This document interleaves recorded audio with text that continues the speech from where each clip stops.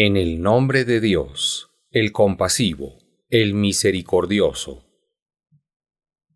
El matrimonio del mensajero de Dios. Que la paz y las bendiciones de Dios sean con él y su amada esposa Aisha.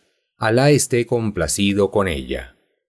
Por el Sheikh Khaled Huerta, Universidad Islámica de Medina, Facultad de las Ciencias del Hadith. En este artículo te comparto detalladamente cómo sucede este evento, utilizando fuentes legítimas tanto del Corán como de la tradición profética. Comienzo por describir quién es el mensajero de Dios. Su nombre es Muhammad ibn Abdullah ibn Abdul Muttalib. Nació en la Meca, huérfano, y estuvo bajo el cuidado de su tío.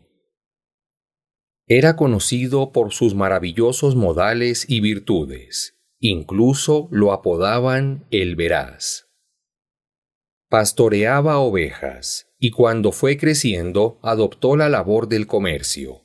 Mucha gente quería hacer negocios con él debido a su lealtad y sinceridad.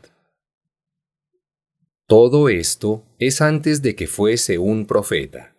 Más adelante, cuando recibió la revelación, él tenía 40 años. Su entorno era idólatra.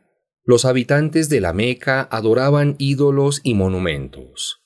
Por ende, al ser el único que llamaba al monoteísmo, la gente lo comenzó a molestar y ofender. Tuvo que emigrar a Medina para estar a salvo y así también quienes le seguían. Su Señor nunca le abandonó. Siempre estuvo con él, y él también se mantuvo paciente. Nunca desesperó de la infinita misericordia de su Señor. A lo largo de los años, en Medina sucedieron muchos eventos. Por ejemplo, batallas entre los musulmanes y los incrédulos, pruebas de hambre, ataques por parte de los hipócritas, etc. La revelación era entregada gradualmente, para que así el corazón del mensajero Muhammad se mantuviese firme. Dijo Dios, enaltecido sea, en el Corán. Tienes que saber que te he revelado el Corán gradualmente para dar firmeza a tu corazón. Corán 25:32. Es decir, para responder a cada situación que se interponía entre el mensajero y quienes preguntaban. Estando el mensajero en Medina, compartía con sus compañeros el conocimiento de la revelación y también lo hacía con aquellos que le preguntaban, pues era el más humilde y el más generoso, nunca rechazaba a nadie. Todo aquel que se le acercaba para preguntarle algo, él lo recibiría con una sonrisa en el rostro. En la tradición profética encontramos numerosas evidencias que afirman sus maravillosos modales, su asombroso carácter y su elevada moral. De entre esas evidencias, dijo uno de sus compañeros: Nunca vi al mensajero de Dios voltear a ver a alguien sin que él no estuviese sonriendo.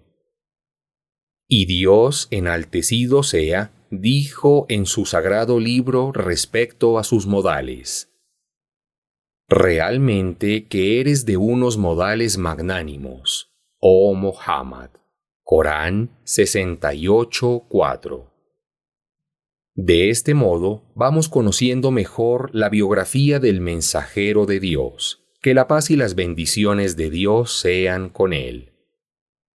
Es importante aclarar que en el Islam los musulmanes tenemos dos fuentes de las cuales extraemos la información y evidencias respecto a nuestros preceptos. Estas dos fuentes son el Corán y la Sunna, tradición profética. En el Corán están los versículos explicados detalladamente, mientras que en la tradición profética se encuentran informes respecto a la vida del mensajero de Dios, Que la paz y las bendiciones de Dios sean con él. Todo lo que él hacía, lo que decía, cuando se quedaba en silencio, cuando aprobaba o rechazaba algo, incluye también su descripción física y moral. A todo esto se le conoce como tradición profética. Así como también es importante y necesario aclarar que la tradición profética forma parte de la revelación divina, es decir, es también una revelación por parte de Dios enaltecido sea. La evidencia de estas palabras está ubicada en el Corán. Dice Dios, el Altísimo. No habla de acuerdo a sus pasiones. Él solamente transmite lo que se le ha revelado. Corán 53, 3, 4. Por lo tanto, todo lo que el mensajero de Dios enseñe y ordene es por mera inspiración de su Señor. Además que en un informe el mensajero de Dios dijo a sus compañeros, Dios esté complacido con todos ellos. Realmente yo soy el más piadoso de entre ustedes y soy quien más temor tiene de Dios. Esto lo mencionó ya que es necesario que sepamos el estatus y rango que tenía el mensajero de Dios para entonces darnos cuenta de la maravillosa criatura que Dios envió a toda la humanidad y también para tener una noción de cómo era antes y después de recibir la profecía. El mensajero de Dios era la persona más piadosa y generosa que haya pisado la faz de la tierra, pues él ayudaba a los necesitados, alimentaba al hambriento, visitaba a los enfermos, suplicaba por los creyentes muertos, unía los lazos familiares, aconsejaba con lo bueno, ordenaba lo reconocido y prohibía lo reprobable. Todas estas virtudes estaban unidas en una sola persona. Una persona que se le dio a elegir las riquezas de la vida del mundo, pero prefirió ser humilde y adorar a su Señor con paciencia y temor. Tenía familia. Sí, su primera esposa fue Jadilla bin Juwaylid, Dios esté complacido con ella, la madre de sus hijos, la gran mujer que lo apoyó cuando más lo necesitaba. El mismo mensajero dio testimonio de ello cuando dijo: Jadilla creyó en mí cuando todos me desmentían. Ella me apoyó con sus bienes y con su moral. Me ayudó cuando todos me daban la espalda. Él la amaba mucho y sin duda alguna encontraba en ella sosiego y comodidad. Cabe mencionar que Jadilla, Dios esté complacido con ella, era mayor que él, aproximadamente 25 años mayor que él. Después se casó con más mujeres, igualmente mayores, incluso viudas, entre ellas una mujer de piel oscura. Pero, ¿por qué menciono esto? Para que no se entienda que el mensajero de Dios quería solamente esposas jóvenes y solteras. Posteriormente, el mensajero de Dios tuvo una visión en la que se le informaba que su esposa sería una joven llamada Aisha, que Dios esté complacido con ella. Dijo el mensajero de Dios en el informe reportado: Oh Aisha, te vi en mis sueños. Llegó el ángel Gabriel y traía en sus manos una prenda de seda y me dijo: Ella será tu esposa en esta vida y en la siguiente. Así que yo levanté esa prenda y vi que eras tú. Luego me dije: si esto viene por parte de Dios, entonces se hará realidad este sueño. Y así fue. El sueño se cumplió porque las visiones de los profetas son verídicas. Pero, ¿quién es Aisha?